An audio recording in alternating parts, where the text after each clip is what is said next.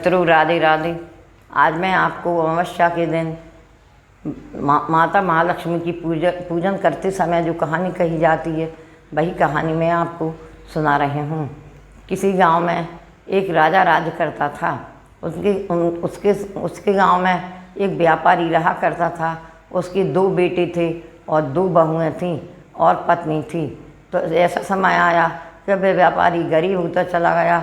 उसकी पत्नी का भी निधन हो गया और दोनों बेटे भी अलग अलग हो गए। उसके राजा के राज्य में उसने यह नियम कर रखा था कि जब भी अमावस्या होगी और दीपावली का दिन आएगा तब किसी के घर भी दीपक नहीं जलेगा, सिर्फ राजा के घर पर ही दीपक जलेंगे। ऐसा ही होता चला आ रहा था। अब साहूकार व्यापारी के घर दोनों भाइयों में झगड़ा होने लगा। उन्होंने कहा कि अब माँ तो रही नहीं, अब पिताजी को कौन रखेगा। तो छोटी बहू बोली कि बड़ी बहू के पास पिताजी रहेंगे और बड़ी बहू बोली कि छोटी बहू के पास रहेंगे। मगर बड़ी बहू का मन बहुत ही अच्छा था, वह बहू ससुर को बहुत ही चाहती थी। उसने कहा नहीं पिताजी हमारे ही पास रहेंगे। तो उसने उसको रख लिया, अपने ससुर की सेवा करने लगी। और जब दीपावली का दिन आया तो ससुर की तबीयत बिगड़ने लगी और उसका सिर दर्द और पेट दर्द होने लगा।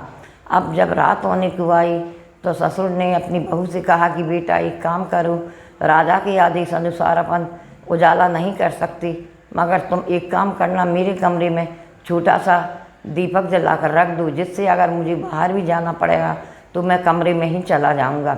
उसकी बहू को यह बात बहुत ही अच्छी लगी। उसका ससुर बहुत ही समझदार था। जब रात को 12 बजे तो माता महालक्ष्मी जब दरवाजे पर आई तो उसने अपने ससुर से कहा कि हे पिताजी कोई दरवाज़ा खटखटा रहा है।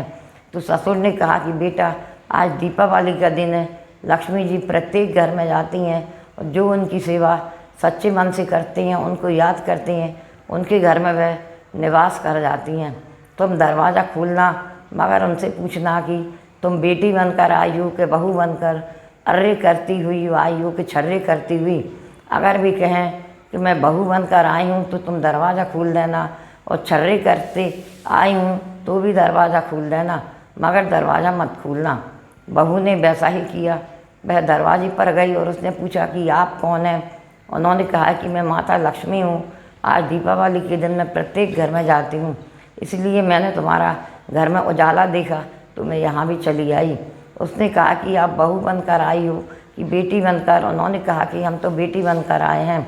उसने कहा नहीं, आप और कहीं जाओ। इस तरह 2 बजे फिर आई माता, मगर उसने दरवाज़ा नहीं खोला। मगर जब सुबह होने लगा और सब लोग जगने लगे तो 4 बजे माता आई और बोली कि बेटी दरवाज़ा खोलो, तुम मेरी बहुत सेवा करती हो। उसने कहा मैंने आपसे कहा ना कि आप बहू बनकर आई हो कि बेटी बनकर आई हो। तो उन्होंने कहा कि मैं बहू बनकर आई हूँ और छर्रे करती हुई आई हूँ। तो उसने दरवाज़ा खोल दिया और उन्होंने पूछा कि तुम्हारा पूजा स्थान कहाँ है। उसने वह स्थान बता दिया और लक्ष्मी जी वहाँ विराजमान हो गई। और रात से ही उसके ससुर की तबीयत भी ठीक हो गई और सुबह होते ही उसके पति को भी आमदनी होने लगी और कुछ दिनों में ही वे धनवान बन गए। जब छोटे बहू और बेटे को पता चला कि इनका ऐसा क्या हुआ कि यह तो थोड़े दिनों में ही इन्होंने अपना मकान भी बनवा लिया और लक्ष्मी की कृपा होने लगी है, तो उन्होंने उनसे पूछा तो उन्होंने पूरा हाल बताया। मगर छोटी बहू के मन में तो कटुता भरी थी। उसने कहा इस बार दीपावली आएगी तो पिताजी को हम ले जाएंगे। बड़ी बहू ने कोई विरोध नहीं किया और जब दीपावली आई तो छोटी बहू ससुर को अपने घर ले आई और बोली कि देखो पिताजी, जो आपने बड़ी बहू को बतलाया था वही मुझे बतलाओ। उन्होंने भी वही बात बतला दी और उसने उनके कमरे में दीपक भी रख दिया और बोली कि अगर आपको बाहर जाना है तो आप भी अपने घर के कमरों में चले जाना। उसने कहा ठीक है। जब रात को 12 बजे लक्ष्मी जी आई तब उसके मुंह पर सब देवताओं ने सोचा कि यह तो ना पूजा करती है और सबका बुरा ही करती है, इसलिए उसके मुंह पर सरस्वती जी बैठ गईं और उसने कहा कि बहू बनकर आई हो कि बेटी बनकर आई हो। उन्होंने कहा मैं तो बेटी बनकर आई हूँ। तो उसने कहा कि अभी मत आना, आप तो बाद में आना। अर्रे करते आई हूँ कि छर्रे करते। उन्होंने कहा मैं अर्रे करती हुई आई हूँ। तो उसने कहा ठीक है, आप बाद में आना।